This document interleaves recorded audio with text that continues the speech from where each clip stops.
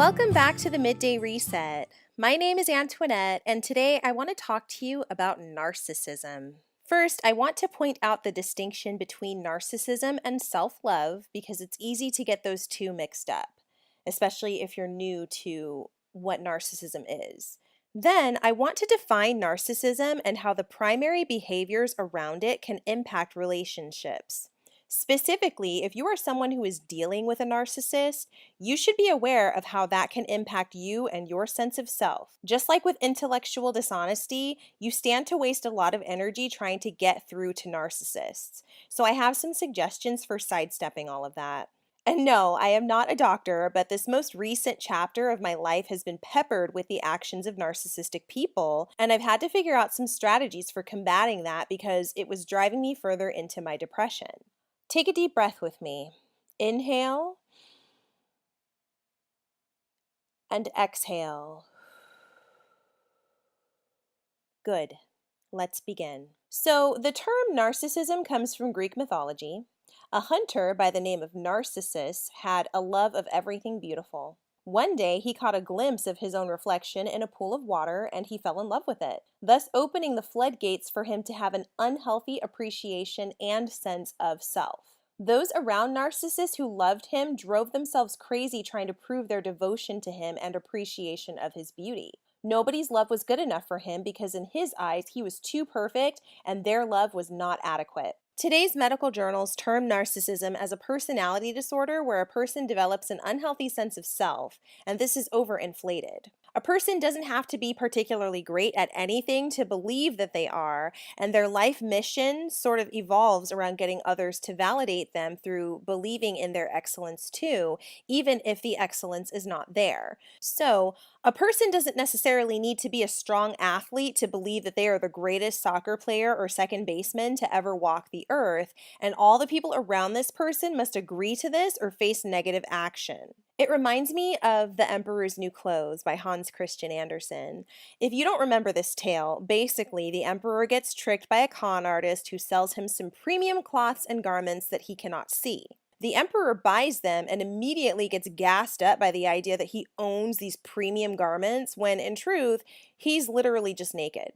This con artist has convinced him that he's wearing something, but everyone else can see that he is not. He can see it too, but he's denying that fact. But everyone just kind of goes along with what the emperor is professing, even though they can clearly see that he's naked, he's not wearing new clothing, he's making a fool out of himself. Their fear of calling him out made them complicit. They were enabling the illusion to continue by not being truthful with themselves and the emperor. The people around narcissists tend to act in this way. Everyone just validates the narcissist because they don't want to face the fallout that comes with disagreeing with them, thus enabling delusion, enabling scenarios where people are coerced into silence in order to placate the narcissist. So, now that we've got that out of the way, let's talk about the difference between the self-love that we often discuss on this podcast and narcissism.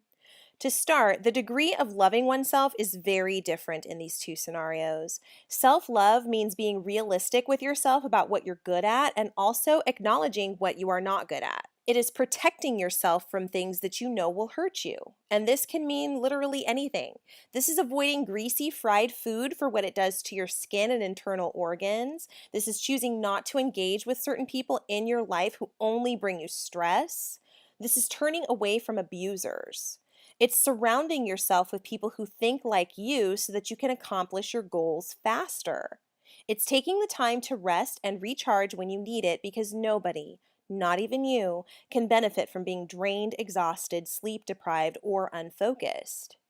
This is loving who you see when you look in the mirror at yourself, even if you are a work in progress, because here's the big secret.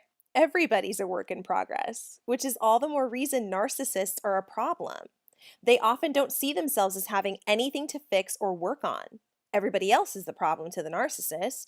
I will always encourage people to practice self-care and self-love in order to take care of themselves. I will also encourage people to steer clear of narcissists by any means necessary, and that can be difficult. Some people get married and find out that their partner is a narcissist. Some folks get lulled in by a fake sense of camaraderie only to find out later that they're being used for narcissistic gain. It can happen to anyone. It's happened to me.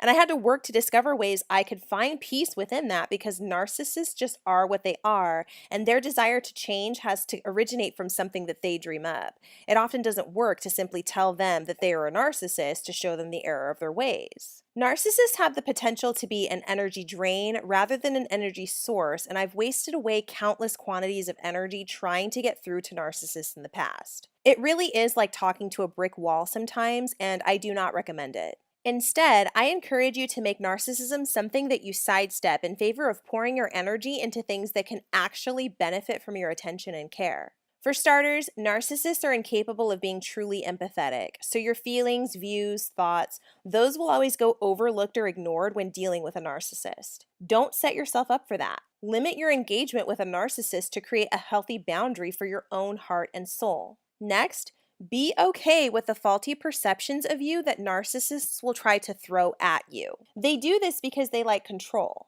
And one of the easiest ways for a narcissist to exercise power and control is to label you. This is especially true if your narcissist is someone with whom you have a power disparity. If this is your boss or someone superior to you at work, then they feel their stature entitles them to creating a false narrative around what you are. If it's a parent, they will automatically believe that as their child, you must be subject to whatever summation of your reality they draw up, even if they don't really know you. The only thing you need to remember is that you define you, not them. And the narcissist makes even more of a fool of themselves when they go out of their way to exert their power. You don't need to get caught up in countering their bad energy, just stay focused on your own good energy. Remember, you need that for the bright future that you are racing toward. Lastly, one of the greatest defenses that I have found against narcissism is gratitude. Narcissism is an ugly trait. It looks terrible on most people and it makes people on the receiving end feel bad. But a great way to rise up from feeling bad is to remember all that you have to be grateful for. And this could even mean being grateful that you are not a delusional narcissist. Think about it. Do you want to be like the emperor? Walking around foolishly thinking you're great when you've let your sense of self allow you to be conned and everybody can see it? Do you want to be someone who makes others feel that they have to go along with what you say or risk consequence? Or do you want to be someone who is easy to approach and speak with honestly? I would prefer the latter, personally, and I hope that the same is true for you. Have you dealt with narcissism?